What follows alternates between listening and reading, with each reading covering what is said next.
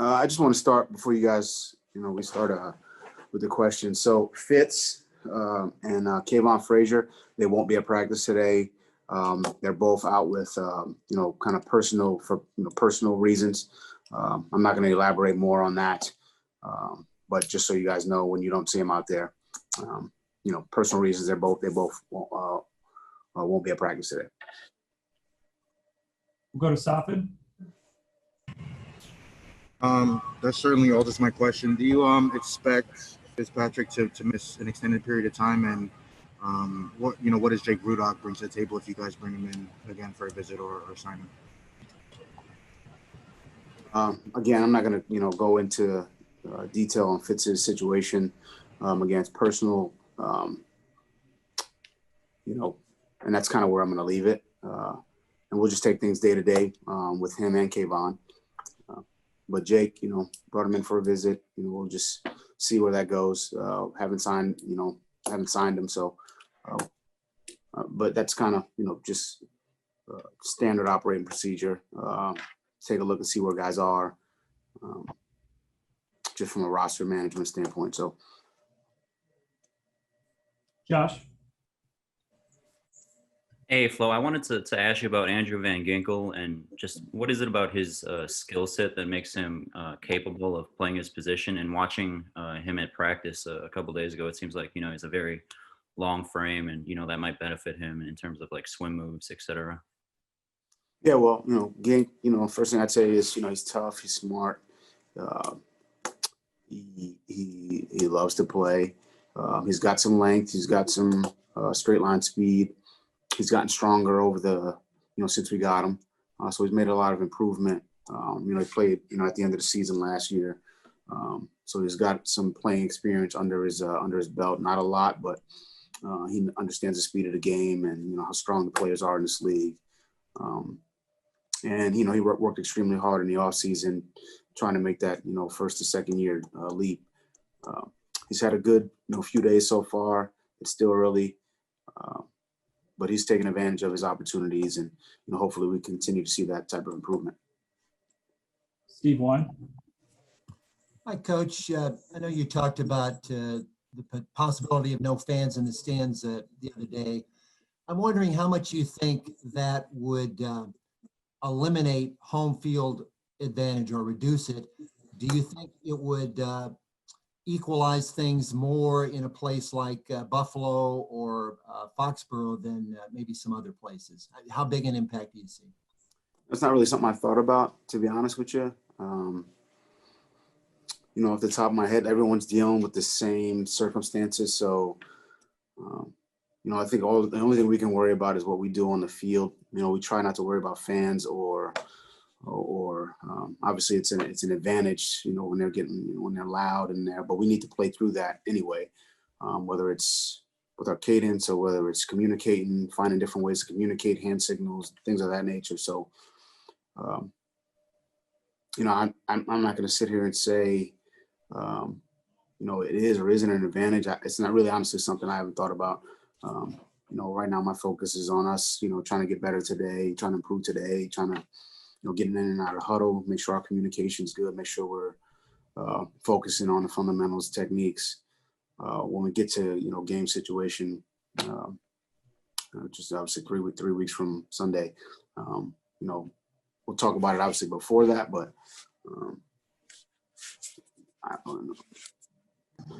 There will be less fans if they're fans at all. So it won't be as loud. I think we kind of all realize that. And, we're just going to make the best of whatever the situation brings, no fans, some fans, packed stadium, whatever it is, we'll try to make the best of the situation. Adam. The Fitzpatrick news obviously brings up a question about the backup situation. To my untrained eyes, it seems like Rosen's ahead of Tua. Is that how you see it? How do you see that competition going? That competition is like every other competition on the team. It's whether it's the quarterback, whether it's the running back, whether it's the offensive line, whether it's the defensive line, tight ends. Everyone's competing. We're just trying to take it one day at a time, get better, improve, see where we're, what the strengths and weaknesses are on the team. that's a lot of the conversation we have on our days off, and try to see where we can make improvements with each individual, and then obviously try to improve each unit, whether it's nickel to dime defensively, to our base package defensively, to our 11, 12, personnel groups offensively, and punt team, and, kickoff return, and really every phase. So that's where we're at. Everyone's just trying to improve, get better. And I think those guys are doing a good job. Rosen's doing a good job. Tua's doing a good job. But I think a lot of guys at a lot of positions are making some progress. Omar? You got an extended opportunity to look at Josh last season. What are your hopes for the areas where you're going to see improvement from him? It's a new offense, so the areas of improvement right now are, kind of honed in on that. So communication in and out of the huddle. 2 minutes are obviously an important part of the game. A lot of what happens in 2 minutes, it's quarterback driven. So how many timeouts do we have? How much time's on the clock? Do we need to stay in bounds? Do we need to get out of bounds? Those are things that we're saying that Chan's going to be saying to him in the helmet, but quarterback needs to know that and kind of have a feel for all those things, without being told. So essentially they end up becoming the coach on the field. So improvement in that area for all quarterbacks. Rosen, they're young, so Rosen's young. You could say he's got 2-3 years on him, but he's still a young player. Same as Tua. So 2 minute, red area, when to make try to make the big throw versus take the check down. And we talked about that this morning, just your decision making. Is it based on your read? Is it based on matchup? Is it based on the situation?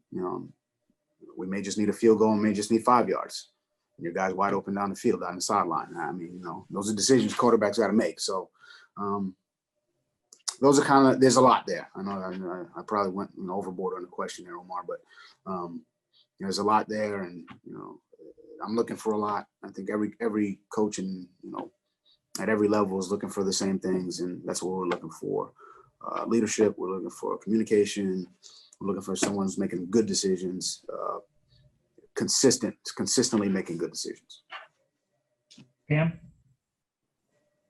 Hey, Flo, just I guess piggybacking off that with Rosen, I thought that was really interesting.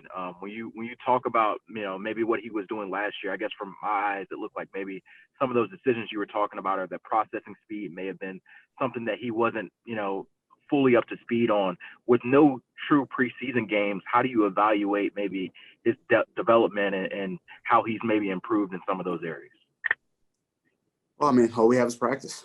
So, we evaluate practice, but at the same time, you just never know when the light bulb goes off for coaches, players, writers. I think it's, different for everyone. And he's had a lot of good moments so far. So, we'll just kind of see how it goes and continue to get better, and experience helps for sure. But like you said, we don't have the preseason games, but we'll try to, create situations to see whether or not, that decision-making processing is where we need it to be, where he wants it to be. And, he's putting the work in to do that. So are all the quarterbacks. And I know we're spending a lot of time on the quarterbacks, but it's really, each player at each position, from a situational standpoint and decision-making standpoint, everyone's got to,